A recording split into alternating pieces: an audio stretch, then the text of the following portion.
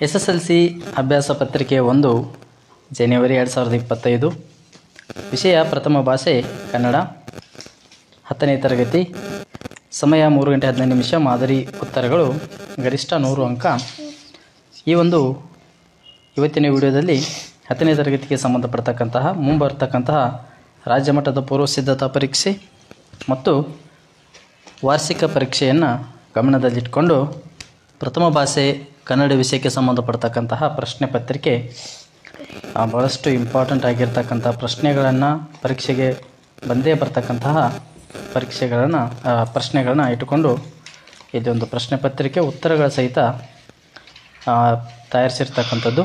ಹಾಗಾಗಿ ಈ ಒಂದು ಪ್ರಶ್ನೆಗಳನ್ನು ಪ್ರಾರಂಭಿಸುವುದಕ್ಕಿಂತ ಮೊದಲು ಯಾರಾದರೂ ನಮ್ಮ ಚಾನೆಲನ್ನು ಹೊಸದಾಗಿ ನೋಡ್ತಾ ಇದ್ದರೆ ತಪ್ಪದೆ ನಮ್ಮ ಚಾನೆಲನ್ನು ಸಬ್ಸ್ಕ್ರೈಬ್ ಮಾಡಿ ಅಂತ ಹೇಳ್ತಾ, ಇದು ನಿಮ್ಮದೇ ಆಗಿರ್ತಕ್ಕಂತಹ ಯೂಟ್ಯೂಬ್ ಚಾನೆಲ್ ಆಗಿರೋದರಿಂದ 6 ವಿಷಯಗಳಿಗೆ ಸಂಬಂಧಪಡ್ತಕ್ಕಂತಹ ಎಲ್ಲ ಪ್ರಶ್ನೆ ಪತ್ರಿಕೆಗಳು ಮತ್ತು ಇಂಪಾರ್ಟೆಂಟ್ ಆಗಿರ್ತಕ್ಕಂತಹ ಪ್ರಶ್ನೆಗಳು ಯಾವುದಾದ್ರೂ ಬೇಕಿದ್ದರೆ ಕಮೆಂಟ್ ಮಾಡಿ ಅಂತ ಹೇಳ್ತಾ ಇವತ್ತಿನ ವಿಡಿಯೋ ಪಾಠವನ್ನು ಪ್ರಾರಂಭಿಸೋಣ.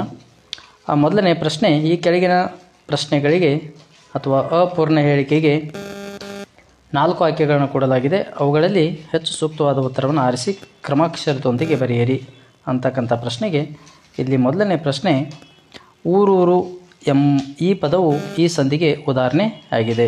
ಊರೂರು ಅಂತಕ್ಕಂತಹ ಪದವು ಯಾವ ಸಂಧಿಗೆ ಉದಾಹರಣೆ ಆಗಿದೆ ಅಂತಂದರೆ ಉತ್ತರ ಲೋಪ ಸಂಧಿಗೆ ಉದಾಹರಣೆ ಆಗಿರ್ತಕ್ಕಂಥದ್ದು. ಎರಡನೇ ಪ್ರಶ್ನೆ, ಒಬ್ಬರು ಹೇಳಿದ ಮಾತನ್ನೇ ಯಥಾವತ್ತಾಗಿ ಬರೆಯುವಾಗ ಈ ಚಿಹ್ನೆಯನ್ನು ಬಳಸಲಾಗುವುದು. ಉತ್ತರ ಈ ಒಂದು ವಾಕ್ಯಕ್ಕೆ ಒಬ್ಬರು ಹೇಳಿರ್ತಕ್ಕಂತಹ ಮಾತನ್ನೇ ಯಥಾವತ್ತಾಗಿ ಅಂದರೆ ಇದ್ದದ್ದನ್ನು ಇದ್ದ ಹಾಗೆಯೇ ಹೇಳ್ತಕ್ಕಂತಹ ಒಂದು ಮಾತಿಗೆ ಬಳಸಲಾಗ್ತಕ್ಕಂಥ ಚಿಹ್ನೆ ಯಾವುದು ಅಂತಂದರೆ ಉದ್ಧರಣ ಚಿಹ್ನೆಯನ್ನು ಬಳಕೆ ಮಾಡ್ತೀವಿ. ನೆಕ್ಸ್ಟ್ ನೋಡೋದಾದರೆ ಮುಂದಿನ ಪ್ರಶ್ನೆ, ಸಾವಿತ್ರಿಯೋಳ್ ಪದದಲ್ಲಿರುವ ವಿಭಕ್ತಿ. ಸಾವಿತ್ರಿಯೋಳ್ ಅಂತಕ್ಕಂಥ ಪದದಲ್ಲಿರ್ತಕ್ಕಂಥ ವಿಭಕ್ತಿ ಯಾವುದು ಅಂತಂದರೆ ಉತ್ತರ ಸಪ್ತಮಿ ವಿಭಕ್ತಿಯ ಈ ಒಂದು ಸಾವಿತ್ರಿಯೋಳ್ ಅಂತಕ್ಕಂಥ ಪದದಲ್ಲಿ ಇರತಕ್ಕಂತಹ ವಿಭಕ್ತಿ ಪ್ರತ್ಯಯವಾಗಿದೆ. ಇನ್ನು 4ನೇ ಪ್ರಶ್ನೆ, ನೇಯ್ದ ವಸ್ತ್ರ ಅಂತಕ್ಕಂತಹ ಪದವು ಈ ಸಮಾಸಕ್ಕೆ ಉದಾಹರಣೆಯಾಗಿದೆ.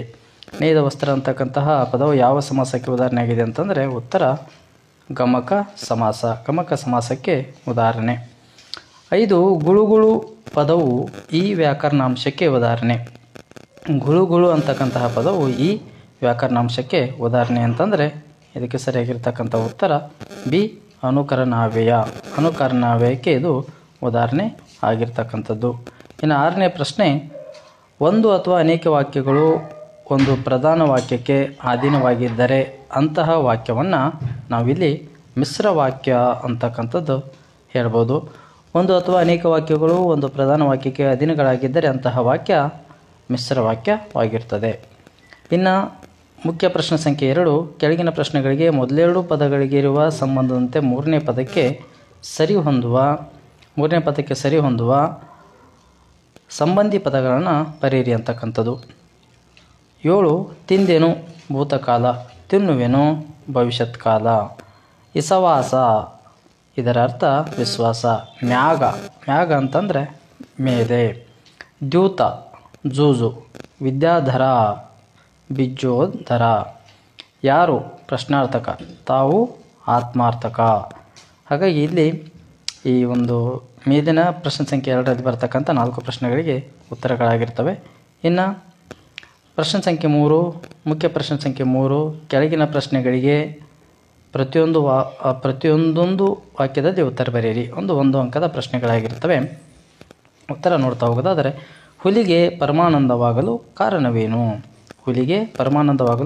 ಅಂತಂದಾಗ ಶಾನುಭೋಗರ ಉತ್ತರ ನೋಡೋದಾದರೆ, ಶಾನುಭೋಗರ ದುಂಡಾದ ಶರೀರವನ್ನು ನೋಡಿ ಹುಲಿಗೆ ಪರಮಾನಂದವಾಯಿತು. ಶಾನುಭೋಗರ ದುಂಡಾದ ಶರೀರವನ್ನು ನೋಡಿ ಹುಲಿಗೆ ಪರಮಾನಂದವಾಯಿತು. ವಿಶ್ವೇಶ್ವರಯ್ಯ ಅವರನ್ನು ದಿವಾನರಾಗಿ ನೇಮಿಸಿರ್ತಕ್ಕಂಥವ್ರು ಯಾರು? ಅಥವಾ ವಿಶ್ವೇಶ್ವರಯ್ಯ ಅವರನ್ನು ದಿವಾನರಾಗಿ ನೇಮಿಸಿದವರು ಯಾರು ಅಂತಕ್ಕಂಥ ಪ್ರಶ್ನೆಗೆ ವಿಶ್ವೇಶ್ವರಯ್ಯ ಅವರನ್ನು ನಾಲ್ವಡಿ ಕೃಷ್ಣರಾಜ ಒಡೆಯರ್ ಅವರು ದಿವಾನರಾಗಿ ನೇಮಕ ಮಾಡ್ತಾರೆ. ನಾಲ್ವಡಿ ಕೃಷ್ಣರಾಜ ಒಡೆಯರ್ ಅವರು ವಿಶ್ವೇಶ್ವರಯ್ಯ ಅವರನ್ನು ದಿವಾನರಾಗಿ ನೇಮಕ ಮಾಡ್ತಾರೆ. 13 ಸೈನ್ಯದಲ್ಲಿ ಕಾರ್ಯನಿರ್ವಹಿಸುತ್ತಿದ್ದ ಡಾಕ್ಟರ್ನ ಹೆಸರೇನು? ಸೈನ್ಯದಲ್ಲಿ ಕಾರ್ಯನಿರ್ವಹಿಸುತ್ತಿದ್ದ ಡಾಕ್ಟರ್ನ ಹೆಸರೇನು ಅಂತಂದರೆ ಇಲ್ಲಿ ಸೈನ್ಯದಲ್ಲಿ ಕಾರ್ಯನಿರ್ವಹಿಸುತ್ತಿದ್ದ ಡಾಕ್ಟರ್ ಅವರ ಹೆಸರು ರಾಹೀಲಾ ಆಗಿರ್ತದೆ. ಮುಂದಿನ ಪ್ರಶ್ನೆ, ಕಾಶ್ಯಪಿ ವಿದ್ಯಾಭ್ಯಾಸಕ್ಕಾಗಿ ತನ್ನ ಮಕ್ಕಳನ್ನು ಯಾರ ಬಳಿಗೆ ಕಳುಹಿಸಿದನು? ಕಾಶ್ಯಪಿ ಅಂತಕ್ಕಂಥವ್ರು ಕಾಶ್ಯಪಿ ವಿದ್ಯಾಭ್ಯಾಸಕ್ಕಾಗಿ ತನ್ನ ಮಕ್ಕಳನ್ನು ಯಾರ ಬಳಿಗೆ ಕಳುಹಿಸಿದಳು ಅಂತಕ್ಕಂತಹ ಪ್ರಶ್ನೆಗೆ ಕಾಶ್ಯಪಿ ವಿದ್ಯಾಭ್ಯಾಸಕ್ಕಾಗಿ ತನ್ನ ಮಕ್ಕಳನ್ನು ಸೂರ್ಯಮಿತ್ರನ ಬಳಿಗೆ ಕಳುಹಿಸಿದರು. ಕಾಶ್ಯಪಿ ಅಂತಕ್ಕಂಥವಳು ತನ್ನ ಮಕ್ಕಳನ್ನು ವಿದ್ಯಾಭ್ಯಾಸಕ್ಕಾಗಿ ಸೂರ್ಯಮಿತ್ರನ ಬಳಿಗೆ ಕಳುಹಿಸಿದಳು ಅಂತಕ್ಕಂತಹ. ಇನ್ನು ಮುಂದಿನ ಪ್ರಶ್ನೆ, ನದಿ ಜಲಗಳು ಏನಾಗಿವೆ? ನದಿ ಜಲಗಳು ಏನಾಗಿವೆ ಅಂತಕ್ಕಂಥ ಪ್ರಶ್ನೆಗೆ ನದಿ ಜಲಗಳು ಕಲುಷಿತವಾಗಿವೆ. ಮುನಿಸುತರು ಹೆದರಲು ಕಾರಣವೇನು? ಮುನಿಸುತರು ಹೆದರಲು ಕಾರಣವೇನು ಅಂತಂದಾಗ ಲವನು ರಾಮನನ ಯಜ್ಞಾಶ್ವವನ್ನು ಕಟ್ಟಿ ಹಾಕಿದ್ದರಿಂದ ಆತನ ಕಡೆಯವರು ಬಂದು ನಮ್ಮನ್ನು ಹೊಡೆಯುವವರೆಂದು ತಿಳಿದು ಮುನಿಸುತರು ಹೆದರಿದರು. 17 ಪುಟ್ಟ ಪೋರಿಯ ಅಮ್ಮ ಎಲ್ಲಿ ಮಲಗಿದ್ದಾಳೆ?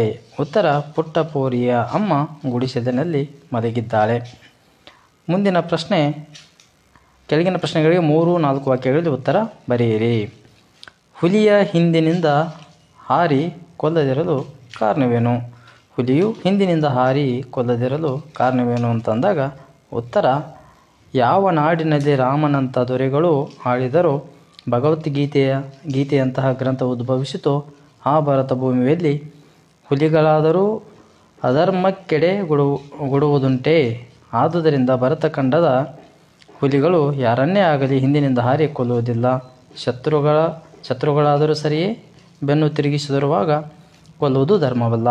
ಅಲ್ಲದೆ ಪುಣ್ಯಕೋಟಿಯನ್ನು ತಿನ್ನೊಲ್ಲದೆ ಪ್ರಾಣ ಬಿಟ್ಟ ಹುಲಿಯ ಮೊಮ್ಮಗನೇ ಆದ ಕಾರಣ ಹುಲಿಯು ಹಿಂದಿನಿಂದ ಹಾರಿ ಕೊಲ್ಲದಿರಲು ನಿರ್ಧರಿಸಿತು.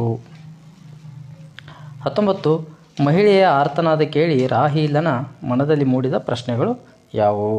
ಉತ್ತರ, ಮಹಿಳೆಯ ಆರ್ತನಾದ ಕೇಳಿದಾಗ ರಾಹೀಲನ ಮನದಲ್ಲಿ ಆ ಮಹಿಳೆ ಯಾವ ರೀತಿಯ ಅಪಾಯದಲ್ಲಿ ಸಿಲುಕಿದ್ದಾಳೆ, ಆ ಮನೆಯೊಳಗೆ ಏನು ಸಂಭವಿಸುತ್ತಿದೆ, ತಾನೀಗ ಈ ಕದವನ್ನು ತಟ್ಟಿದರೆ ಪರಿಣಾಮವೇನಾಗಬಹುದು, ಆ ಮನೆಯಿಂದ ಒಂದೇ ಒಂದು ಬೆಳಕಿನ ಕಿರಣವು ಹೊರಗಡೆ ಹಾಯುತ್ತಿರಲಿಲ್ಲ, ಗಡಿ ಪ್ರದೇಶದಲ್ಲಿ ವಿಮಾನ ದಾಳಿಯಿಂದ ರಕ್ಷಿಸಿಕೊಳ್ಳಲು ಬ್ಲಾಕ್ಔಟ್ ನಿಯಮ ಪಾಲಿಸಲಾಗುತ್ತಿದೆ, ಇಂತಹ ಈ ಸಮಯದಲ್ಲಿ ಮನೆಯೊಳಗೆ ಯಾವ ರೀತಿಯ ಕ್ರೌರ್ಯ ನಡೆಯುತ್ತಿದೆ ಎಂಬ ಪ್ರಶ್ನೆಗಳು ಮೂಡಿದವು. ಪ್ರಶ್ನೆ ಸಂಖ್ಯೆ 20 ಲಕ್ಷ್ಮಣನು ಅಣ್ಣನಾದ ಶ್ರೀರಾಮನನ್ನು ಹೇಗೆ ಸಂತೈಸಿದನು? ಲಕ್ಷ್ಮಣ ಶ್ರೀರಾಮನನ್ನು ಹೇಗೆ ಸಂತೈಸಿದನು ಅಂತಕ್ಕಂಥ ಪ್ರಶ್ನೆಗೆ ಉತ್ತರ, ತಾಳಿಕೋ ಅಣ್ಣ ತಾಳಿಕೋ, ಸೂರ್ಯನೇ ಕಾಂತಿಹೀನನಾದರೆ ಆ ಕಾಂತಿಗೆ ತೇಜಸ್ಸಿಗೆ ಸ್ಥಳವೆಲ್ಲಿ, ಯಾರು ಆ ತೇಜಸ್ಸನ್ನು ಕೊಡುತ್ತಾರೆ? ಹಾಗೆಯೇ ಶ್ರೀರಾಮನೇ ಧೈರ್ಯ ಕಳೆದುಕೊಂಡರೆ ಸ್ಥೈರ್ಯ ತುಂಬುವವರು ಯಾರು ಎಂದು ಲಕ್ಷ್ಮಣನು ಅಣ್ಣನಾದ ಶ್ರೀರಾಮನನ್ನು ಸಂತೈಸಿದನು. ನೆಕ್ಸ್ಟ್ ಮುಂದಿನ ಪ್ರಶ್ನೆ, ರಾಜ್ಯಸಭೆಯಲ್ಲಿ ಅಗ್ನಿಭೂತಿ ವಾಯುಭೂತಿಯರನ್ನು ಮೂರ್ಖರೆಂದು ತೀರ್ಮಾನಿಸಲು ಕಾರಣವೇನು? ಉತ್ತರ, ಕೌಶಂಬಿಯ ಅರಸ ಅತಿಬಳನು ತನ್ನ ಮಂತ್ರಿಯಾಗಿದ್ದ ಸೋಮಶರ್ಮನು ಮರಣ ಹೊಂದಿದ ನಂತರವೂ ಅವನ ಮಕ್ಕಳಾದ ಅಗ್ನಿಭೂತಿ ಮತ್ತು ವಾಯುಭೂತಿಯರನ್ನು ರಾಜ್ಯಸಭೆಗೆ ಕರೆಯಿಸಿ ನೀವು ಯಾವ ವಿದ್ಯೆಗಳನ್ನು ಬಲ್ಲಿರಿ ಎಂದು ಕೇಳಿದಾಗ ಅವರ ಕಣ್ಣೀರು ಹಾಕುತ್ತಾ ತಲೆಯನ್ನು ತಗ್ಗಿಸಿ ನಾಚಿಕೆಯಿಂದ ನೆಲದ ಮೇಲೆ ಕಾಲಿನ ಬೆರಳಿನಿಂದ ಬರೆಯುತ್ತಾ ನಿಂತುಕೊಂಡರು. ಆಗ ಸಭೆಯಲ್ಲಿದ್ದವರು ಇವರು ಮೂರ್ಖರು, ಏನೂ ವಿದ್ಯೆಗಳನ್ನು ಅರಿಯರು, ಸಪ್ತ ವ್ಯಸನಗಳಿಗೆ ಒಳಗಾದವರೆಂದು ತೀರ್ಮಾನಿಸಿದರು. 22 ಪ್ರಶ್ನೆ ಸಂಖ್ಯೆ 22 ಕಂಪನಿ ಸರ್ಕಾರದ ವಿರುದ್ಧ ಹಲಗಲಿ ಬೇಡರು ದಂಗೆ ಏಳಲು ಕಾರಣವೇನು? 1857ರ ಪ್ರಥಮ ಸ್ವಾತಂತ್ರ್ಯ ಸಂಗ್ರಾಮದ ನಂತರ ಬ್ರಿಟಿಷರು ನಿಶಸ್ತ್ರೀಕರಣ ಕಾಯ್ದೆಯನ್ನು ಜಾರಿಗೆ ತಂದರು. ಆ ಆದೇಶವನ್ನು ವಿರೋಧಿಸಿ ಹಲಗಲಿ ಬೇಡರು ಪೂಜಾರಿ ಹನುಮ, ಬ್ಯಾಡರ ಬಾಲ, ಜಡಗ, ರಾಮ ಮೊದಲಾದ ವೀರರ ನಾಯಕತ್ವದಲ್ಲಿ ಸಭೆ ಸೇರಿ ತಮ್ಮ ಬದುಕಿಗೆ ಆಧಾರವಾದ ಆಯುಧಗಳನ್ನು ಸರ್ಕಾರಕ್ಕೆ ಹಿಂದಿರುಗಿಸಲು ಒಪ್ಪಲಿಲ್ಲ. ಆದರೆ ಬ್ರಿಟಿಷರು ಬಲವಂತವಾಗಿ ಆಯುಧಗಳನ್ನು ಕಸಿದುಕೊಳ್ಳಲು ಪ್ರಾರಂಭಿಸಿದರು. ಇದು ಹಲಗಲಿ ಬೇಡರ ದಂಗೆ ಏಳಲಿಕ್ಕೆ ಕಾರಣ ಆಯಿತು. ಪ್ರಶ್ನೆ ಸಂಖ್ಯೆ 23 ದಂಡು ಹಲಗಲಿಯ ಮೇಲೆ ಹೇಗೆ ದಾಳಿ ನಡೆಯಿತು? ಬ್ರಿಟಿಷರ ನಿಶಸ್ತ್ರೀಕರಣದ ಆದೇಶವನ್ನು ವಿರೋಧಿಸಿ ಹಲಗಲಿ ಬೇಡರನ್ನು ಬಗ್ಗುಬಡಿಯಲು ಬ್ರಿಟಿಷರ ದಂಡು ಬಂದು ಹಲಗಲಿ ಬೇಡರ ಬೆನ್ನು ಹತ್ತಿಕೊಂಡರು. ಎದುರಿಗೆ ಸಿಕ್ಕವರಿಗೆಲ್ಲ ಕರುಣೆಯಿಲ್ಲದೆ ಗುಂಡು ಹೊಡೆದು ಸಾಯಿಸಿದರು. ಬ್ರಿಟಿಷ್ ಸಿಪಾಯಿಗಳ ಗುಂಡಿಗೆ ಹೆದರಿ ಹಲಗಲಿ ಬೇಡರು ಗುಡ್ಡದ ಕಡೆಗೆ ಓಡಿ ತಲೆಮರೆಸಿಕೊಂಡರು. ಹೀಗೆ ಹಲಗಲಿಯ ಮೇಲೆ ದಾಳಿ ನಡೆಸಿ ರಕ್ತ ಕೋಡಿ ಹರಿಸಿ ಸಿಕ್ಕಿದ್ದನ್ನು ತಗೊಂಡು ಇಡೀ ಊರಿಗೆ ಕೊಳ್ಳಿಯಿಟ್ಟು ಬೂದಿ ಮಾಡಿ ನಾಶ ಮಾಡಿದರು. ಪ್ರಶ್ನೆ ಸಂಖ್ಯೆ 24. ಭಗತ್ ಸಿಂಗ್ ಜಲಿಯನ್ವಾಲಾ ಬಾಗ್ನ ಮಣ್ಣಿನ ಕುರಿತು ತನ್ನ ತಂಗಿಗೆ ಏನೆಂದು ಹೇಳುತ್ತಾರೆ? ಉತ್ತರ ಇದರ ಆನ್ಸರ್ ನೋಡೋದಾದರೆ ಭಗತ್ ಸಿಂಗ್ ಜಲಿಯನ್ವಾಲಾ ಬಾಗ್ನ ಮಣ್ಣಿನ ಕುರಿತು ತನ್ನ ತಂಗಿಗೆ ಇದು ಶಕ್ತಿಯ ಪೂಜನೀಯವಾದ ಮಣ್ಣು. ಜಲಿಯನ್ವಾಲಾ ಬಾಗ್ನ ಹತ್ಯಾಕಾಂಡದಲ್ಲಿ ಹುತಾತ್ಮರಾದವರ ರಕ್ತದಿಂದ ಈ ಮಣ್ಣು ಒದ್ದೆಯಾಗಿದೆ ಎಂದು ಹೇಳಿದನು. 25. ಬಾಳಿನಲ್ಲಿ ತೃಪ್ತಿ ದೊರಕಬೇಕಾದರೆ ಏನು ಮಾಡಬೇಕೆಂದು ವಿವೇಕಾನಂದರು ಅಭಿಪ್ರಾಯಪಟ್ಟರು? ಬಾಳಿನಲ್ಲಿ ತೃಪ್ತಿ ದೊರಕಬೇಕಾದರೆ ಏನು ಮಾಡಬೇಕೆಂಬುದು ವಿವೇಕಾನಂದವರ ಅಭಿಪ್ರಾಯವೇನು ಅಂತಕ್ಕಂಥ ಪ್ರಶ್ನೆಗೆ ಇದಕ್ಕೆ ಉತ್ತರ, ಇಡೀ ಜಗತ್ತು ಮತ್ತು ಜಗತ್ತಿನ ಕಲ್ಯಾಣ ನಿಮ್ಮ ಮೇಲೆ ನಿಂತಿದೆ ಎಂದು ಭಾವಿಸಿ ಕಾರ್ಯೋನ್ಮುಖರಾಗಿ ವೇದಾಂತದ ಸಂದೇಶವನ್ನು ಪ್ರತಿ ಮನೆಗೂ ಸಾರಿ ಪ್ರತಿಯೊಂದು ಆತ್ಮದಲ್ಲಿರುವ ಸೂಕ್ತ ಪಾವಿತ್ರ್ಯವನ್ನು ಜಾಗೃತಗೊಳಿಸಿ ಅನಂತರ ನೀವು ಎಷ್ಟೇ ಅಲ್ಪವನ್ನು ಸಾಧಿಸಿದರೂ ನೀವು ಒಂದು ಮಹಾ ಆದರ್ಶಕ್ಕಾಗಿ ಬಾಳಿ ದುಡಿದು ಮಡಿದಿರಿ ಎಂಬ ತೃಪ್ತಿಯಾದರೂ ಇರುತ್ತದೆ ಎಂದು ವಿವೇಕಾನಂದರ ಅಭಿಪ್ರಾಯವಾಗಿದೆ. ಮುಂದಿನ ಪ್ರಶ್ನೆ, ಭಗವಂತನಲ್ಲಿ ಶರಣಾಗುವ ಭಾವ ಅಕ್ಕ ಮಹಾದೇವಿ ವಚನದಲ್ಲಿ ಹೇಗೆ ವ್ಯಕ್ತಗೊಂಡಿತು? ಉತ್ತರ, ಚಂದನವ ಕಡಿದು ಕೊರೆದು ತೇದರೆ ಅದು ನೊಂದೆನೆಂದು ತನ್ನ ಕಂಪನ್ನು ಬಿಡದಂತೆ ಸುವರ್ಣವನ್ನು ಕಡಿದು ಒರೆದು ಬೆಂದರೂ ಅದು ಕಪ್ಪಾಗದೆ ಹೊಳೆಯುವಂತೆ ಕಬ್ಬನ್ನು ಸಂದುಗಳಲ್ಲಿ ಕಡಿದು ತಂದು ಗಾಣ ಹಾಕಿ ಅರಿದರೆ ಅದು ಬೆಂದು ಪಾಕವಾಗಿ ಸಕ್ಕರೆಯಾಗುವಂತೆ ನಾನು ಹಿಂದೆ ಮಾಡಿದ ಹೀನಂಗಳನ್ನು ತಂದು ಮುಂದಿಳಹಲು ನಿಮಗೆ ಹಾನಿ. ಎನ್ನ ತಂದೆ ಚನ್ನಮಲ್ಲಿಕಾರ್ಜುನಯ್ಯ, ನೀವು ನನ್ನನ್ನು ಕೊಂದರೂ ಸಹ ನಾನು ನಿನಗೆ ಶರಣೆಂಬುದನ್ನು ಬಿಡುವುದಿಲ್ಲ. ಹೀಗೆ ಭಗವಂತನಲ್ಲಿ ಶರಣಾಗುವ ಭಾವ ಅಕ್ಕ ಮಹಾದೇವಿ ವಚನದಲ್ಲಿ ಈ ರೀತಿಯಾಗಿ ವ್ಯಕ್ತಗೊಂಡಿದೆ. ಪ್ರಶ್ನೆ ಸಂಖ್ಯೆ 27. ಗುರುಪದೇಶದ ಗುಣಗಳನ್ನು ಪಟ್ಟಿ ಮಾಡಿ ಅಂತಕ್ಕಂಥ ಪ್ರಶ್ನೆಗೆ ಗುರುಪದೇಶ ಎಂದರೆ ಜನರ ಒಳ ಹೊರಗನ ಕೊಳೆಗಳನ್ನು ತೊಳೆದು ಬಿಡುವ ನೀರಲ್ಲದ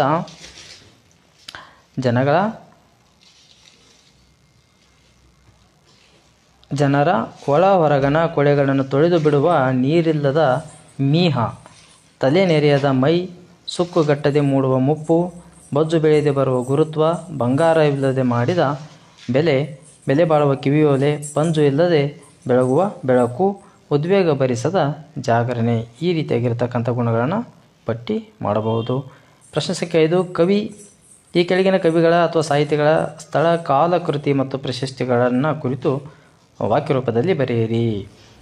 28. ಪೂತಿ ನರಸಿಂಹಾಚಾರ್ಯ. ಪೂತಿನ ಎಂಬ ಕಾವ್ಯನಾಮದಿಂದ ಪ್ರಸಿದ್ಧರಾಗಿರ್ತಕ್ಕಂತಹ ಪುರೋಹಿತ ತಿರುನಾರಾಯಣಯ್ಯಂಗಾರ್ಯ ನರಸಿಂಹಾಚಾರ್ಯ ಇವರು 1905ರಲ್ಲಿ ಮಂಡ್ಯ ಜಿಲ್ಲೆಯ ಮೇಲುಕೋಟೆಯಲ್ಲಿ ಜನಿಸಿದರು. ಕನ್ನಡದ ನವೋದಯ ಪ್ರಮುಖ ಕವಿಗಳಲ್ಲಿ ಒಬ್ಬರಾಗಿರುವ ಪೂತಿನ ಗೀತನಾಟಕ, ಕವಿತೆ, ಸಣ್ಣಕತೆ, ಪ್ರಬಂಧ ಮೊದಲಾದ ಪ್ರಕಾರಗಳಲ್ಲಿ ಸಾಹಿತ್ಯವನ್ನು ರಚಿಸಿದ್ದಾರೆ. ಶ್ರೀಯುತರು ಅಹಿಲ್ಯೆ, ಗೋಕುಲ, ನಿರ್ಗಮನ, ಶಬರಿ, ವಿಕಟಕವಿ ವಿಜಯ, ಹಂಸದಮಯಂತಿ ಮತ್ತು ಇತರ ರೂಪಕಗಳನ್ನು ಹನತೆ, ರಸಸರಸ್ವತಿ, ಗಣೇಶ ದರ್ಶನ, ಶಾರದಾಯಾಮಿನಿ, ಶ್ರೀಹರಿಚರಿತೆ, ರಥಸಪ್ತಮಿ ಮೊದಲಾದ ಕೃತಿಗಳನ್ನು ಪೂತಿನವರು ರಚಿಸಿದ್ದಾರೆ. ಪೂತಿನರವರ ಹಂಸದಮಯಂತಿ ಮತ್ತು ಇತರ ರೂಪಕಗಳು ಎಂಬ ಕೃತಿಗೆ ಕೇಂದ್ರ ಸಾಹಿತ್ಯ ಅಕಾಡೆಮಿ ಪ್ರಶಸ್ತಿ ಸಿಕ್ಕಿರ್ತಕ್ಕಂಥದ್ದು. ಶ್ರೀಹರಿಚರಿತೆ ಕೃತಿಗೆ ಪಂಪ ಪ್ರಶಸ್ತಿ ಕೂಡ ಲಭಿಸಿದೆ. ಮೈಸೂರು ವಿಶ್ವವಿದ್ಯಾನಿಲಯ ಗೌರವ ಡಿಲೀಟ್ ಪದವಿಯನ್ನು ನೀಡಿ ಗೌರವಿಸಿರ್ತಕ್ಕಂಥದ್ದು. ಇನ್ನು 27 ಪಂಪ ಇವರ ಒಂದು ಪರಿಚಯ. ಮಹಾಕವಿ ಪಂಪ ಕ್ರಿಸ್ತಶಕ 902ರಲ್ಲಿ ವೆಂಗಿಮಂಡಲದ ವೆಂಗಿಪಳು ಎಂಬ ಅಗ್ರಹಾರದಲ್ಲಿ ಜನಿಸಿದನು. ಚಾಲುಕ್ಯರ ಹರಿಕೇಸರಿಯ ಆಸ್ಥಾನ ಕವಿಯಾಗಿರ್ತಕ್ಕಂತಹ ಈ ಪಂಪ ಅವರು ಆದಿಪುರಾಣ ಮತ್ತು ವಿಕ್ರಮಾರ್ಜುನ ವಿಜಯಂ, ಆದಿಪುರಾಣ ಮತ್ತು ವಿಕ್ರಮಾರ್ಜುನ ವಿಜಯಂ ಎಂಬ ಮಹಾಕಾವ್ಯಗಳನ್ನು ರಚಿಸಿದ್ದಾನೆ. ವಿಕ್ರಮಾರ್ಜುನ ವಿಜಯ ಕಾವ್ಯಕ್ಕೆ ಪಂಪ ಭಾರತ ಎಂಬ ಮತ್ತೊಂದು ಹೆಸರು ಕೂಡ ಇದೆ. ವಿಕ್ರಮಾರ್ಜುನ ವಿಜಯ ಕಾವ್ಯಕ್ಕೆ ಪಂಪ ಭಾರತ ಅಂತಕ್ಕಂಥ ಇನ್ನೊಂದು ಹೆಸರು ಕೂಡ ಇರ್ತಕ್ಕಂಥದ್ದು. ಕಲಿಯು ಕವಿಯೂ ಆಗಿದ್ದ ಪಂಪ ರತ್ನತರೆಗಳಲ್ಲಿ ಒಬ್ಬ. ಈತನಿಗೆ ಸರಸ್ವತಿ ಮಣಿಹಾರ ಮತ್ತು ಸಂಸಾರ ಸಾರೋದಯ, ಕವಿತಾ ಗುಣಾರ್ಣವ ಎಂಬ ಬಿರುದುಗಳು ಕೂಡ ಇರ್ತವೆ. ಯಾರಿಗೆ ಅಂತಂದರೆ ಪಂಪನಿಗೆ. ಇನ್ನು ಪ್ರಶ್ನೆ ಸಂಖ್ಯೆ 6 ಪದ್ಯ ಭಾಗಕ್ಕೆ ಪ್ರಸ್ತಾರ ಹಾಕಿ ಘನ ವಿಭಾಗಿಸಿ ಛಂದಸ್ಸನ್ನು ಬರೆಯಿರಿ ಅಂತಕ್ಕಂಥದ್ದು 3 ಅಂಕಗಳು ಇರತಕ್ಕಂಥ ಪ್ರಶ್ನೆ. ಪದ್ಯ ಗಗನ ಒಬ್ಬುದಿಗೆ ಸರಿಸ ರೋವರ 14 ಮಾತ್ರೆಗಳ, ಆಮೇಲೆ ಜಗಕ್ಕೆ ಹಿತವನು ಶಕ್ರ ಮನುಜ 14 ಮಾತ್ರೆಗಳು. ಅದಾಗ್ತಿದ್ದಂಗೆ ದಿಗಳ ಮಾತ ರೂಪು ಗೋವು ಗಳಿದು ನೀ ದಾನಮ ತ, ಈ ರೀತಿಯಾಗಿರ್ತಕ್ಕಂಥ ಮಾತ್ರೆಗಳನ್ನ ಹಾಕಿದರೆ 23 ಮಾತ್ರೆಗಳು. ಛಂದಸ್ಸಿನ ಹೆಸರು ನೋಡೋದಾದರೆ ಇದು ಮಾತ್ರಾಗಣ ಛಂದಸ್ಸಿನ ಭಾಮಿನಿ ಷಟ್ಪದಿಯಲ್ಲಿ ರಚನೆಯಾಗಿರ್ತಕ್ಕಂಥದ್ದು. ಇನ್ನು ಮುಂದಿನ ಪ್ರಶ್ನೆ ಸಂಖ್ಯೆ 7 ಕೆಳಗಿನ ವಾಕ್ಯದಲ್ಲಿರುವ ಅಲಂಕಾರವನ್ನು ಹೆಸರಿಸಿ ಲಕ್ಷಣ ಬರೆದು ಸಮನ್ವಯಗೊಳಿಸಿರಿ ಅಂತಕ್ಕಂತಹ ಪ್ರಶ್ನೆಗೆ ಇಲ್ಲಿ ನಿನ್ನ ಕರುಣೆ ಕಡೆಗೋಲಿಟ್ಟು ಮತಿಸುತ್ತಿ ಹೇ ಏಕೆ, ಇಲ್ಲಿ ಅಲಂಕಾರದ ಹೆಸರು ರೂಪಕ ಅಲಂಕಾರ. ಲಕ್ಷಣ ನೋಡೋದಾದರೆ ಉಪಮೇಯ ಉಪಮಾನಗಳಲ್ಲಿ ಭೇದವು ಕಂಡು ಬಂದರೆ ಅವೆರಡು ಒಂದೇ ಎಂದು ಅಭೇದವಾಗಿ ವರ್ಣಿಸಿದರೆ ಅದು ರೂಪಕ ಅಲಂಕಾರ ಆಗಿರ್ತದೆ. ಉಪಮೇಯ ಕರುಣೆ, ಉಪಮಾನ ಕಡೆಗೋಲು. ಸಮನ್ವಯ ನೋಡೋದಾದರೆ ಇಲ್ಲಿ ಉಪಮೇಯವಾದ ಕರುಣೆಗೂ ಉಪಮಾನವಾದ ಕಡೆಗೋಲಿಗೂ ಯಾವುದೇ ವ್ಯತ್ಯಾಸವಿಲ್ಲ, ಎರಡೂ ಒಂದೇ ಎಂದು ಅಭೇದ್ಯವಾಗಿ ರೂಪಿಸುವುದರಿಂದ ಇದು ರೂಪಕ ಅಲಂಕಾರಕ್ಕೆ ಉದಾಹರಣೆ ಆಗಿರ್ತದೆ. ನೆಕ್ಸ್ಟ್, ಈ ಕೆಳಗಿನ ಗಾದೆಗಳಲ್ಲಿ ಯಾವುದಾದರೂ ಒಂದನ್ನು ಗಾದೆಯ ಮಹತ್ವವನ್ನು ವಿವರಿಸಿ. ಮಾತೆ ಮುತ್ತು, ಮಾತೆ ಮೃತ್ಯು. ಗಾದೆಗಳು ವೇದಗಳಿಗೆ ಸಮಾನ, ವೇದ ಸುಳ್ಳಾದರೂ ಗಾದೆ ಸುಳ್ಳಾಗದು ಎಂಬ ಮಾತು ಗಾದೆಯ ಮಹತ್ವವನ್ನು ತಿಳಿಸುತ್ತದೆ. ಗಾದೆಗಳು ಜೀವನದ ಅನುಭವ ಕೇಳಿದ ಕೈಗನ್ನಡಿ, ಚಿಕ್ಕ ಚಿಕ್ಕ ವಾಕ್ಯಗಳಲ್ಲಿ ಹಿರಿದಾದ ಅರ್ಥವನ್ನು ನೀಡುವ ಹಾಗೂ ಹಿರಿಯರು ಹೇಳಿದ ಅನುಭವದ ಮುತ್ತುಗಳೇ ಗಾದೆಗಳು. ಅಂತಹ ಮಹತ್ವದ ಗಾದೆಗಳಲ್ಲಿ ಮಾತೆ ಮುತ್ತು, ಮಾತೆ ಮೃತ್ಯು ಎಂಬ ಗಾದೆ ಒಂದಾಗಿದೆ. ಮಾತು ಬೆಳೆಯದ್ದು, ಆದುದರಿಂದಲೇ ಮಾತೆ ಮಾನ್ಯಕ್ಕೆ ಎಂದಿರುವುದು. ನಾವು ಆಡುವ ಮಾತುಗಳು ಮಧುರವಾಗಿದ್ದಾಗ ಸಂಬಂಧಗಳು ಸಹ ಮಧುರವಾಗಿರುತ್ತವೆ. ಬಸವಣ್ಣನವರು ಆ ದೃಷ್ಟಿಯಿಂದಲೇ ನುಡಿದರೆ ಮುತ್ತಿನ ಹಾರದಂತಿರಬೇಕೆಂದಿರುವುದು. ಅಲ್ಲಮ್ಮ ಪ್ರಭು ಮಾತೆಂಬುದು ಜ್ಯೋತಿರ್ಲಿಂಗ ಎಂದಿದ್ದಾರೆ. ಆ ಮೂಲಕ ಮಾತಿನ ಶ್ರೇಷ್ಠತೆಯನ್ನು ಎತ್ತಿ ಹಿಡಿದಿದ್ದಾರೆ. ಸರ್ವಜ್ಞ ಕವಿಯು ಮಾತಿನಿಂ ನಗೆ ನುಡಿಯು, ಮಾತಿನಿಂ ಹಗೆ ಅತಿಯು, ಮಾತಿನಿಂ ಸರ್ವ ಸಂಪದವು, ಲೋಕಕ್ಕೆ ಮಾತೆ ಮಾಣಿಕ್ಯ ಸರ್ವಜ್ಞ ಎಂದು ಮಾತಿನ ಮಹತ್ವವನ್ನು ತಿಳಿಸಿದ್ದಾರೆ. ಮಾತು ಬಲ್ಲವ ಮಾಣಿಕ್ಯ ತಂದ, ಮಾತರಿಯದವ ಜಗಳ ತಂದ, ಮಾತು ಆಡಿದರೆ ಹೋಯಿತು, ಮುತ್ತು ಹೊಡೆದರೆ ಹೋಯಿತು ಎಂಬ ಗಾದೆ ಮಾತುಗಳು ಸಹ ಮಾತಿನ ಮಹತ್ವವನ್ನು ತಿಳಿಸುತ್ತದೆ. ಆದ್ದರಿಂದ ನಾವು ಆಡುವ ಮಾತು ಹಿತಮಿತವಾಗಿ ಮೌಲ್ಯಯುತವಾಗಿರಬೇಕು. ಇಲ್ಲದಿದ್ದರೆ ಆ ಮಾತೆ ನಮಗೆ ಮೃತ್ಯುವಾಗಬಹುದು ಅಥವಾ ಮೃತ್ಯು ಆಗುತ್ತೆ. ಮುಂದಿನ ಗಾದೆ ಮಾತು ನೋಡೋದಾದರೆ ಅರಮನೆಗಿಂತ ನೆರೆಮನೆ ಲೇಸು.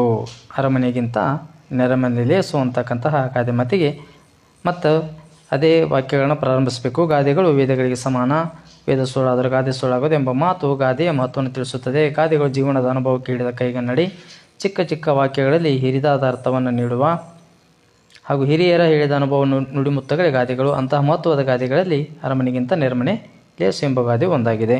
ಮಾನವ ಸಂಘಜೀವಿ, ಕಷ್ಟ ಸುಖ ನೋವು ನಲಿವುಗಳಲ್ಲಿ ಭಾಗಿಯಾಗಲು ನೆರೆಮನೆಯೂ ಅಗತ್ಯ. ಆದರೆ ಅರಮನೆಯಲ್ಲಿ ಸಾಮಾನ್ಯ ಜನರಿಗೆ ಗೌರವವಿರುವುದಿಲ್ಲ. ಅಲ್ಲಿರುವ ಜನರು ಸಹ ಅರಸನಂತೆ ಅಧಿಕಾರ ತೋರುವವರು. ಅಲ್ಲಿಗೆ ಹೋದರೂ ವಿಚಾರಿಸುವವರು ಯಾರೂ ಇರುವುದಿಲ್ಲ. ಹಾಗಾಗಿ ಅಲ್ಲಿ ಹಸಿದವರಿಗೆ ಅನ್ನ ಸಿಗುವುದು ಕಷ್ಟ. ಆದ್ದರಿಂದಲೇ ಸರ್ವಜ್ಞನು ಹಂಗಿನ ಅರಮನೆಗಿಂತ ಅಂಗಣದ ಗುಡಿಲೇಸು, ಭಂಗಪಟ್ಟು ಉಣ್ಣುವ ಬಿಸಿಯನ್ನಕ್ಕಿಂತ ತಂಗಳವನ್ನೇ ಲೇಸು, ಕಷ್ಟಕ್ಕೆ ನಿಲ್ಲುವ ನೆರೆಲೇಸು ಎಂದು ಹೇಳಿದ್ದಾರೆ. ಸಹಕಾರ ಮನೋಭಾವದಿಂದ ಕೂಡಿರುವ ನೆರೆಮನೆಯವರು ಕಷ್ಟ ಸುಖಗಳಲ್ಲಿ ಪರಸ್ಪರ ಆಗಿರುತ್ತಾರೆ. ಅರಮನೆಯಲ್ಲಿ ವೈಭವ ಸಂಪತ್ತು ಇವುಗಳನ್ನ ನೋಡಬಹುದೇ ಹೊರತು ಹೃದಯಪೂರ್ವಕ ಪ್ರೀತಿಯನ್ನು ನೋಡಲು ಸಾಧ್ಯವಿಲ್ಲ. ನಮಗೆ ಆಪತ್ತು ಬಂದಾಗ ನೆರೆಮನೆಯವರು ಆಪತ್ ಬಾಂಧವರಾಗಿ ಬರುತ್ತಾರೆ ಹೊರತು ಅರಮನೆಯವರಲ್ಲ. ಆದ್ದರಿಂದಲೇ ಅರಮನೆಗಿಂತ ನೆರೆಮನೆ ಲೇಸು ಎಂಬ ಮಾತು ಸತ್ಯ ಆಗಿರ್ತಕ್ಕಂಥದ್ದು. ಇನ್ನು ಮುಂದಿನ ಪ್ರಶ್ನೆ, ಈ ಕೆಳಗಿನ ವಾಕ್ಯಗಳಲ್ಲಿ ವಾಕ್ಯ ಅಥವಾ ಹೇಳಿಕೆಗೆ ಸಂದರ್ಭ ಮತ್ತು ಸ್ವಾರಸ್ಯಗಳನ್ನು ಬರೆಯಿರಿ ಅಂತಕ್ಕಂಥದ್ದು. ತಾವು ಈ ಮಾತಿಗೆ ಬಹುದೊಡ್ಡ ರೀತಿಯಲ್ಲಿ ಹೊರತಾಗಿದ್ದೀರಿ. ತಾವು ಈ ಮಾತಿಗೆ ಬಹುದೊಡ್ಡ ರೀತಿಯಲ್ಲಿ ಹೊರತಾಗಿದ್ದೀರಿ. ಆಯ್ಕೆ, ಪ್ರಸ್ತುತ ವಾಕ್ಯವನ್ನು ಭಾಗ್ಯಶಿಲ್ಪಿಗಳು, ಪ್ರಸ್ತುತವಾಗಿ ಮೇಲಿನ ವಾಕ್ಯವನ್ನು ಭಾಗ್ಯಶಿಲ್ಪಿಗಳು ಎಂಬ ಗದ್ಯಪಾಠದಿಂದ DS ಜಯಪ್ಪ ಗೌಡ ಅವರು ರಚಿಸಿದ ದಿವಾನ್ ಸರ್ ಎಂ ವಿಶ್ವೇಶ್ವರಯ್ಯ ಕಾರ್ಯಸಾಧನೆಗಳು ಎಂಬ ಕೃತಿಯಿಂದ ಆಯ್ದ ಸರ್ ಎಂ ವಿಶ್ವೇಶ್ವರಯ್ಯ ಎಂಬ ಗದ್ಯದಿಂದ ಆರಿಸಿಕೊಳ್ಳಲಾಗಿದೆ ಅಥವಾ ಆಯ್ಕೆ ಮಾಡಿಕೊಳ್ಳಲಾಗಿದೆ. ಸಂದರ್ಭ, ಪಂಡಿತ್ ಜವಾಹರ್ಲಾಲ್ ನೆಹರು ಅವರು ಬೆಂಗಳೂರಿನಲ್ಲಿ ನಡೆದ ವಿಶ್ವೇಶ್ವರಯ್ಯ ಅವರ ಶತಮಾನೋತ್ಸವ ಸಮಾರಂಭದಲ್ಲಿ ಮಾತನಾಡುತ್ತಾ, ದುರಾದೃಷ್ಟವಶಾತ್ ಭಾರತೀಯರಾದ ನಾವು ಹೆಚ್ಚು ಮಾತನಾಡುವವರು ಮತ್ತೆ ನುಡಿದಂತೆ ನಡೆಯಲಾರರೆಂಬ ದೋಷಣೆಗೆ ಒಳಗಾಗಿದ್ದೇವೆ ಎಂದು ಹೇಳುವ ಸಂದರ್ಭದಲ್ಲಿ ಈ ಮೇಲಿನ ಮಾತು ಬಂದಿದೆ. ಸ್ವಾರಸ್ಯ, ಈ ಒಂದು ಹೇಳಿಕೆಯ ಸ್ವಾರಸ್ಯವನ್ನು ನೋಡುವುದು, ವಿಶ್ವೇಶ್ವರಯ್ಯ ಅವರು ಸಾಮಾಜಿಕವಾಗಿ, ಶೈಕ್ಷಣಿಕವಾಗಿ, ಆಡಳಿತಾತ್ಮಕವಾಗಿ, ವೈಜ್ಞಾನಿಕವಾಗಿ ಸಾಧನೆ ಮಾಡಿ ಕನ್ನಡ ನಾಡಿನ ಮೂಲಕ ದೇಶದ ಅಭಿವೃದ್ಧಿಗಾಗಿ ಸಲ್ಲಿಸಿರುವ ಸೇವೆಗಳನ್ನು ಸ್ಮರಿಸುವುದು ಇಲ್ಲಿ ಸ್ವಾರಸ್ಯಕರವಾಗಿ ಮೂಡಿ ಬಂದಿರತಕ್ಕಂಥದ್ದು. 34, ಏನ್ರಯ್ಯ ಏನು ಮಾಡ್ತಾ ಇದ್ದೀರಿ? ಆಯ್ಕೆ, ಈ ಒಂದು ಸಂದರ್ಭಕ್ಕೆ ಆಯ್ಕೆ ನೋಡೋದಾದರೆ, ಪ್ರಸ್ತುತ ವಾಕ್ಯವನ್ನು ದೇವನೂರು ಮಹಾದೇವ ಅವರು ರಚಿಸಿರುವ ಎದೆಗೆ ಬಿದ್ದ ಅಕ್ಷರ ಕೃತಿಯಿಂದ ಆಯ್ದ ಎದೆಗೆ ಬಿದ್ದ ಅಕ್ಷರ ಎಂಬ ಗದ್ಯಪಾಠದಿಂದ ಆಯ್ಕೆ ಮಾಡಿಕೊಳ್ಳಲಾಗಿದೆ. ಸಂದರ್ಭ, ಈ ಹೇಳಿಕೆಯ ಸಂದರ್ಭ ನೋಡೋದು, ಒಂದು ಸಲ ಒಂದು ಗ್ರಾಮದ ಜನರೆಲ್ಲ ಸೇರಿ ಮಂಚಮದೇವಿ ಗುಡಿ ಕಟ್ಟುತ್ತಿರುವಾಗ ಒಬ್ಬನ ಮೈ ಮೇಲೆ ದೇವತೆ ಮಂಚಮ ಆವರಿಸಿಕೊಂಡು, ನಿಲ್ಲಿಸಿ ನನ್ನ ಮಕ್ಕಳ ಎಂದು ಅಬ್ಬರಿಸಿ, ನಂತರ ಓಹೋ ನನಗೆ ಗುಡಿ ಮನೆ ಕಟ್ತಾ ಇದ್ದೀರೋ, ಹಾಗಾಗಿ ನಿಮಗೆಲ್ಲ ಮನೆ ಉಂಟಾ ನನ್ನ ಮಕ್ಕಳ ಎಂದು ಪ್ರಶ್ನಿಸಿದಾಗ ಅಲ್ಲೊಬ್ಬ ನನಗಿಲ್ಲ ತಾಯಿ ಎಂದು ಹೇಳುವ ಸಂದರ್ಭದಲ್ಲಿ ಮೇಲ್ಕಂಡ ಮಾತು ಬಂದಿರತಕ್ಕಂಥದ್ದು. ಈ ಸ್ವಾರಸ್ಯ, ಈ ಹೇಳಿಕೆಗೆ ಸ್ವಾರಸ್ಯ, ಸಮಷ್ಟಿಯ ಒಳಿತಿಗಾಗಿ ಸಾಮರಸ್ಯದ ನೆಲೆಯಲ್ಲಿ ಬದುಕನ್ನು ರೂಪಿಸಿಕೊಳ್ಳಬೇಕು. ಅಂತರಂಗದ ಹೊಂದಾಣಿಕೆಯಿಂದ ಮಾತ್ರ ಸಮಾನತೆ, ಸಾಮರಸ್ಯ ಸಾಧ್ಯ.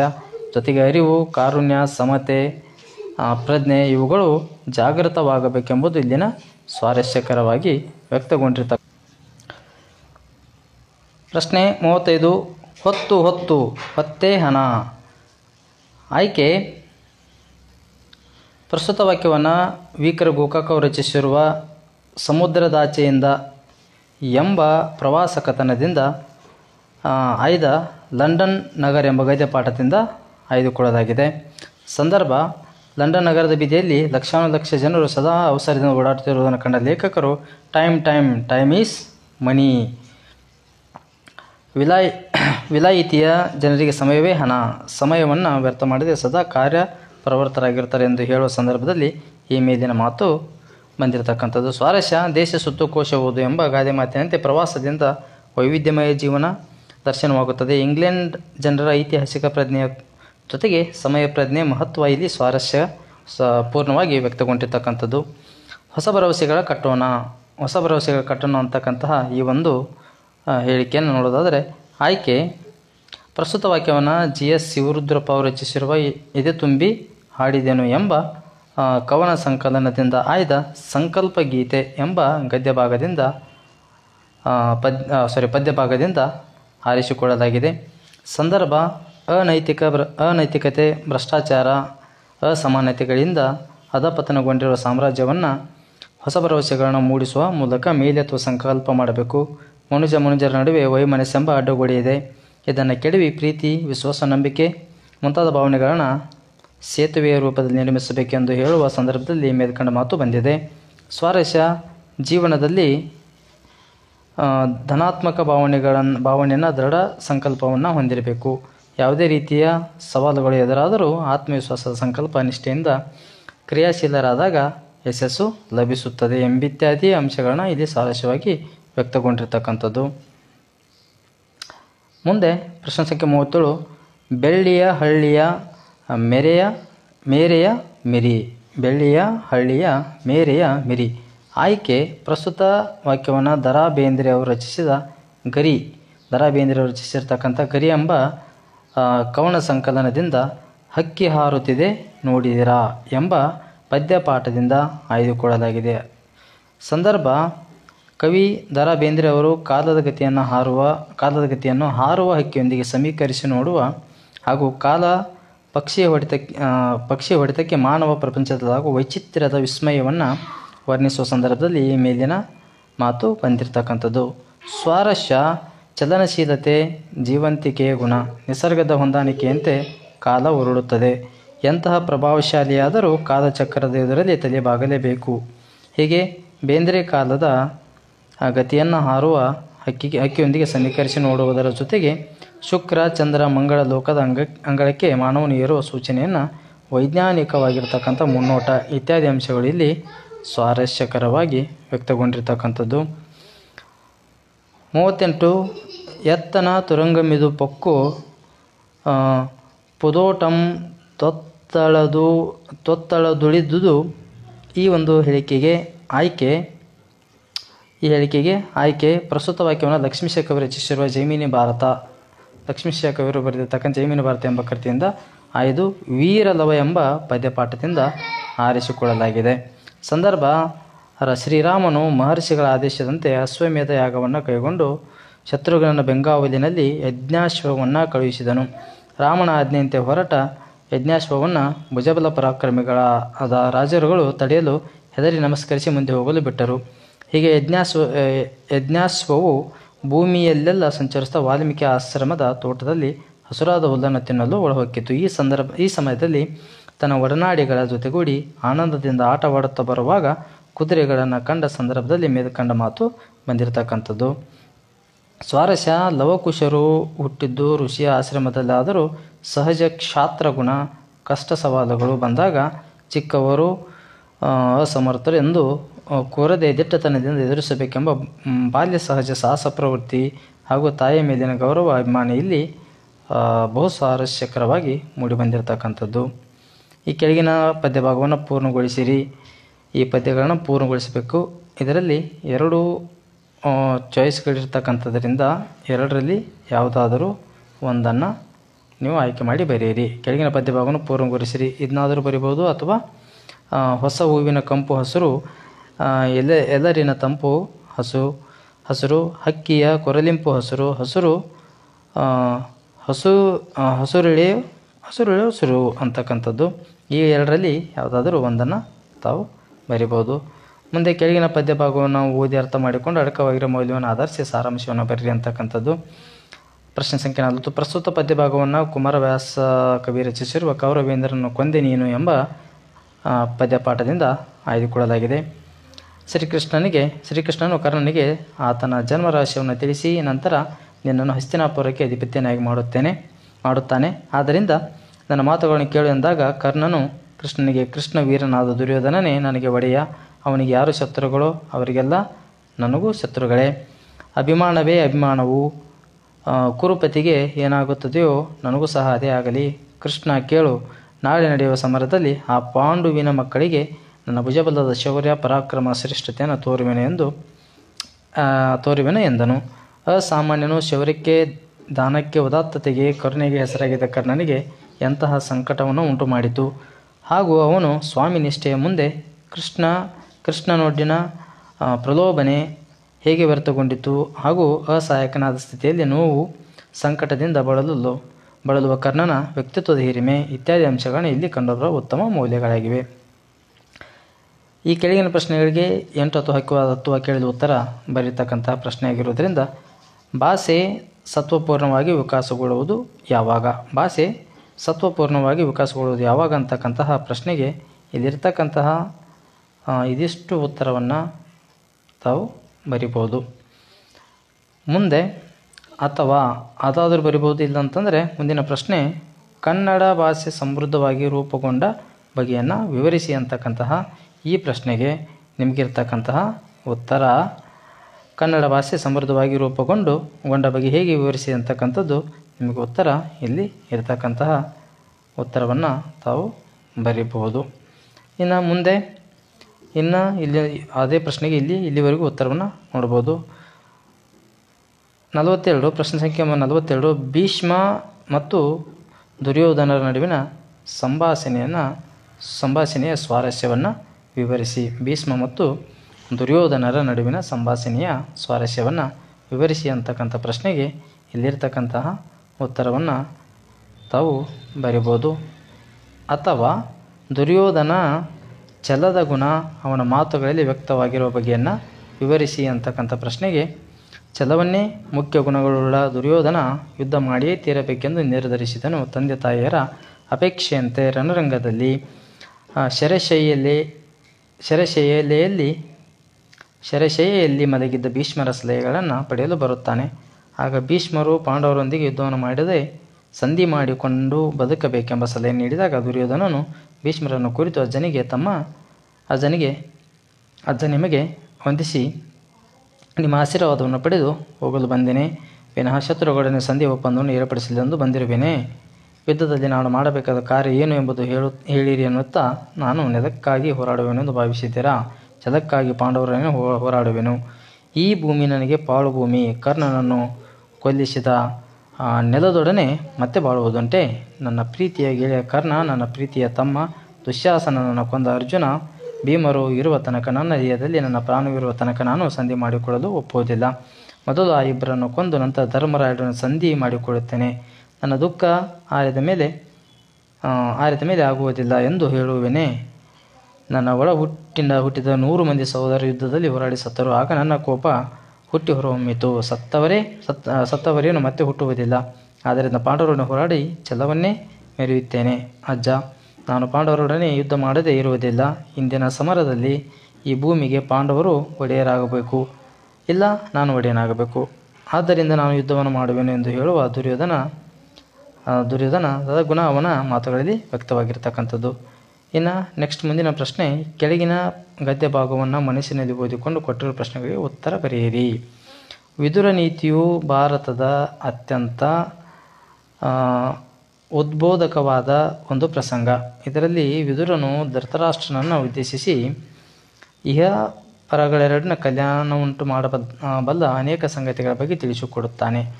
ನೋಡಿ, ಇಲ್ಲಿ ಈ ಗದ್ಯ ಭಾಗವನ್ನು ಓದಿಕೊಂಡು ಕೆಳಕೊಟ್ಟಿರೋ ಪ್ರಶ್ನೆಗೆ ಇದನ್ನೆಲ್ಲ ಸರಿಯಾದ ರೀತಿಯಲ್ಲಿ ಓದಿ ಕೆಳಕೊಟ್ಟಿರ್ತಕ್ಕಂಥ ಪ್ರಶ್ನೆಗೆ ಉತ್ತರವನ್ನು ಬರೀರಿ ಇರ್ತಕ್ಕಂಥದ್ದು. ಹಾಗಾಗಿ ಇಲ್ಲಿ ಪ್ರಶ್ನೆಗಳೇನು ಅಂತಂದರೆ, ವಿದುರ ನೀತಿಯಲ್ಲಿ ಯಾವ ವಿಷಯಗಳ ಬಗ್ಗೆ ನಿರೂಪಿಸಲಾಗಿದೆ? ಉತ್ತರ, ಮಹಾಭಾರತದ ಉದ್ಯೋಗ ಪರ್ವದಲ್ಲಿರುವ ವಿದುರ ನೀತಿಯಲ್ಲಿ ವ್ಯವಹಾರ, ಮಾತು, ನೀತಿ, ಸದಾಚಾರ, ಧರ್ಮ, ಸುಖ ದುಃಖಗಳು ಪ್ರಸ್ತಾಪವಾಗುವ ಬಗ್ಗೆಯನ್ನು ತಿಳಿಸಲಾಗಿದೆ. ಅಲ್ಲದೆ ಕರ್ಮದ ನಿರ್ಣಯ, ತ್ಯಾಗದ ಮಹಿಮೆ, ನ್ಯಾಯದ ಸ್ವರೂಪ, ಸತ್ಯದ ಬಗ್ಗೆಯೂ ತಿಳಿಸಲಾಗಿದೆ. ಮುಂದುವರಿದು ಪರೋಪಕಾರ, ಕ್ಷಮೆ, ಅಹಿಂಸೆ, ಮಿತ್ರನ ಲಕ್ಷಣ, ಕೃತಜ್ಞನಿಗೆ ಉಂಟಾಗುವ ದುರ್ದಶೆ ಮುಂತಾದವುಗಳ ಬಗ್ಗೆ ವರ್ಣನೆ ಇದೆ. ಈ ವರ್ಣನೆಯೊಂದಿಗೆ ರಾಜಧರ್ಮದ ಸುಂದರವಾದ ನಿರೂಪಣೆಯನ್ನು ಕೊಡಲಾಗಿದೆ. ವಿದುರ ನೀತಿಯ ಶ್ಲೋಕದಲ್ಲಿ ತಿಳಿಸಿರುವ ವಿನಾಶಕ್ಕೆ ಕಾರಣಗಳ್ಯಾವುವು ಅಂತಕ್ಕಂಥ ಪ್ರಶ್ನೆಗೆ ಇಲ್ಲಿರ್ತಕ್ಕಂಥ ಉತ್ತರವನ್ನು ಬರೆಯಿರಿ.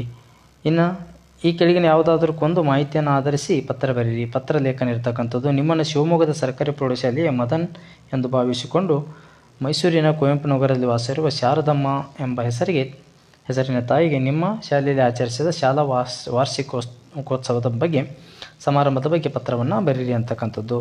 ಇಲ್ಲಿ ಇರ್ತಕ್ಕಂತಹ ಸ್ಟೆಪ್ಸ್ಗಳನ್ನ ಫಾಲೋ ಮಾಡಬೇಕು. ನಿಮ್ಮ ಅಡ್ರೆಸ್ಸನ್ನು ಬರೀರಿ. ಆಮೇಲೆ ಇಲ್ಲಿರ್ತಕ್ಕಂಥ ಪತ್ರ ಲೇಖನದ ಆ ವಿಷಯವನ್ನು ನೋಡಿಕೊಂಡು ತಾವು ಪತ್ರವನ್ನು ಬರಿತಕ್ಕಂಥದ್ದು. ಇವರಿಂದ ಇವರಿಗೆ ಅಂತಕ್ಕಂಥದ್ದು. ಅಥವಾ ನಿಮ್ಮನ್ನು ದಾವಣಗೆರೆಯ ನೇತಾಜಿ ನಗರದ ನಿವಾಸಿ ಅನಿಲ್ ಕುಮಾರ್ ಎಂದು ಭಾವಿಸಿಕೊಂಡು ನಿಮ್ಮ ಬಡಾವಣೆ ರಸ್ತೆಗಳನ್ನು ದುರಸ್ತಿಗೊಳಿಸುವಂತೆ ಕೋರಿ ನಗರ ಸಭಾಧ್ಯಕ್ಷರಿಗೆ ಮನವಿ ಪತ್ರವನ್ನು ಬರಿತಕ್ಕಂಥದ್ದು. ಇದೊಂದು ಅಫಿಷಿಯಲ್ ಲೆಟರ್ ಆಗಿರ್ತಕ್ಕಂಥದ್ದು. ಇದರ ಮೇಲೆ ಇರತಕ್ಕಂಥದ್ದು ಪರ್ಸನಲ್ ಲೆಟರ್ ಆಗಿರೋದ್ರಿಂದ ದಿನಾಂಕ, ಸ್ಥಳ ಬರಿಬೇಕು. ಇವರಿಂದ ಯಾರು ಪತ್ರ ಬರಿತಾ ಇದ್ದಾರೆ, ಅವರು ಯಾರಿಗೆ ಬರಿತಾ ಇದ್ದೀವಿ, ಮಾನ್ಯರೇ, ವಿಷಯವನ್ನು ಬರೆದು ವಿಷಯವನ್ನು ಇಲ್ಲಿ ಪ್ರಸ್ತಾಪ ಮಾಡಿ ಇಂಥ ತಮ್ಮ ನಂಬಿಕೆ ಅಂತ ಹೇಳ್ಬಿಟ್ಟು ಅಲ್ಲಿ ಕೊಟ್ಟಿರ್ತಕ್ಕಂಥ ಹೆಸರನ್ನು ಬರಿತಕ್ಕಂಥದ್ದು. ಇವರಿಗೆ ಟು ಅಡ್ರೆಸ್ಸನ್ನು ಬರೀರಿ. ಇವರಿಂದ ಅಡ್ರೆಸ್ಸನ್ನು ಬರೀಬೇಕು. ಈ ಕೆಳಗಿನ ಯಾವುದಾದ್ರು ಒಂದು ವಿಷಯದಲ್ಲಿ 15 ವಾಕ್ಯಗಳಲ್ಲಿ ಕಡಿಮೆ ಪ್ರಬಂಧವನ್ನು ಬರಿತಕ್ಕಂಥದ್ದು. ಪ್ರಬಂಧ ಬರಿತಕ್ಕಂಥದ್ದಕ್ಕೆ 5 ಅಂಕಗಳಿರುವುದರಿಂದ ವಿದ್ಯಾರ್ಥಿಗಳ ಜ್ಞಾನಾಭಿವೃದ್ಧಿಯಲ್ಲಿ ಸಾಮಾಜಿಕ ಜಾಲತಾಣಗಳ ಸದ್ಬಳಕೆ, ಸೋಷಿಯಲ್ ಮೀಡಿಯಾಗಳು ಹೇಗೆ ಉಪಯೋಗಕಾರಿ ಆಗ್ತವೆ, ವಿದ್ಯಾರ್ಥಿಗಳ ನಾಲೆಜನ್ನು ಹೆಚ್ಚು ಮಾಡಲಿಕ್ಕೆ ಅಂತಕ್ಕಂಥದ್ದು. ತಪ್ಪದೇ ಪೀಠಿಕೆಯನ್ನು ಬರೆದು ಅದರ ಬಗ್ಗೆ ಸ್ವಲ್ಪ ಪರಿಚಯವನ್ನು ಮಾಡಿಕೊಡಬೇಕು. ವಿಷಯ ನಿರೂಪಣೆ ಅಂದರೆ ಬಾಡಿ ಆಫ್ ದ ಎಸ್ಸೆಯನ್ನು ಇಲ್ಲಿ ನೀವು ಬರೀಬೇಕಾಗ್ತದೆ. ಅದಾಗ್ತದಂಗೆ ನಿಮ್ಮ ಕಂಪ್ಲೀಷನ್ ಆಫ್ ದಿ ಎಸ್ಸೆ, ನಿಮ್ಮ ಪ್ರಬಂಧವನ್ನು ಕಂಪ್ಲೀಟ್ ಮಾಡಿದ ಮೇಲೆ ಉಪಸಂಹಾರ ಏನು ಇಂಗ್ಲೀಷ್ ಎಸ್ಸೆ ಬರೀತಕ್ಕಂಥ ಸಂದರ್ಭದಲ್ಲಿ ಕನ್ಕ್ಲೂಷನ್ ಅಂತ ಏನು ಉಪಯೋಗಿಸ್ತೀವಲ್ಲ, ಸೇಮ್ ಕನ್ನಡ ಮತ್ತು ಇಂಗ್ಲೀಷ್ ಭಾಷೆಯಲ್ಲಿ ಬರತಕ್ಕಂಥ ಪ್ರಬಂಧವನ್ನು ಒಂದೇ ರೀತಿಯಾಗಿರ್ತಕ್ಕಂಥ ಸ್ಟೆಪ್ಸ್ಗಳಿರ್ತವೆ. ಅಲ್ಲಿ ಇಂಗ್ಲೀಷ್ನಲ್ಲಿ ನಾವು ಇಂಟ್ರೊಡಕ್ಷನ್ ಬರಿತೀವಿ, next body of the essay ಇರ್ತದೆ, ಆಮೇಲೆ ಕನ್ಕ್ಲೂಷನ್ ಕೂಡ ಬರಿತೀವಿ. ಅಥವಾ ರಾಷ್ಟ್ರೀಯ ಹಬ್ಬಗಳ ಮಹತ್ವದ ಬಗ್ಗೆ ಬರೀರಿ ಅಂತಂದಾಗ ಸೇಮ್ ಮತ್ತೆ ಪೀಠಿಕೆ ಬರಿಬೇಕು, ವಿಷಯ ನಿರೂಪಣೆ ಇರಬೇಕು, ಮತ್ತು ಉಪಸಂಹಾರವನ್ನು ಕೂಡ ಬರಿಬೇಕಾಗ್ತದೆ ಅಂತ ಹೇಳ್ತಾ ಇವತ್ತಿನ ಈ ಒಂದು ವಿಡಿಯೋ ಪಾಠದಲ್ಲಿ ಮುಗಿಸ್ತಾ ಇದ್ದೀವಿ. ಇನ್ನು ಮುಂದಿನ ವಿಡಿಯೋ ಯಾವುದಪ್ಪ ಅಂತಂದರೆ ಸೆಕೆಂಡ್ ಲ್ಯಾಂಗ್ವೇಜ್ ಇಂಗ್ಲೀಷ್, ದ್ವಿತೀಯ ಭಾಷೆ ಇಂಗ್ಲೀಷಿಗೆ ಸಂಬಂಧಪಡ್ತಕ್ಕಂತಹ ಇದೇ ರೀತಿಯಾಗಿರ್ತಕ್ಕಂತಹ ಪ್ರಶ್ನೆ ಪತ್ರಿಕೆಯನ್ನು ಚರ್ಚೆ ಮಾಡೋದರ ಜೊತೆಗೆ ಮುಂದಿನ ವಿಡಿಯೋವನ್ನು ಪೋಸ್ಟ್ ಮಾಡ್ತಾ ಇರ್ತೀವಿ. ತಪ್ಪದೆ ನಮ್ಮ ಚಾನಲನ್ನು ಸಬ್ಸ್ಕ್ರೈಬ್ ಮಾಡಿರಿ ಅಂತ ಹೇಳ್ತಾ ಇವತ್ತಿನ ವಿಡಿಯೋ ಪಾಠ ಮುಗಿಸ್ತಾ ಇದ್ದೀವಿ. ಧನ್ಯವಾದಗಳು.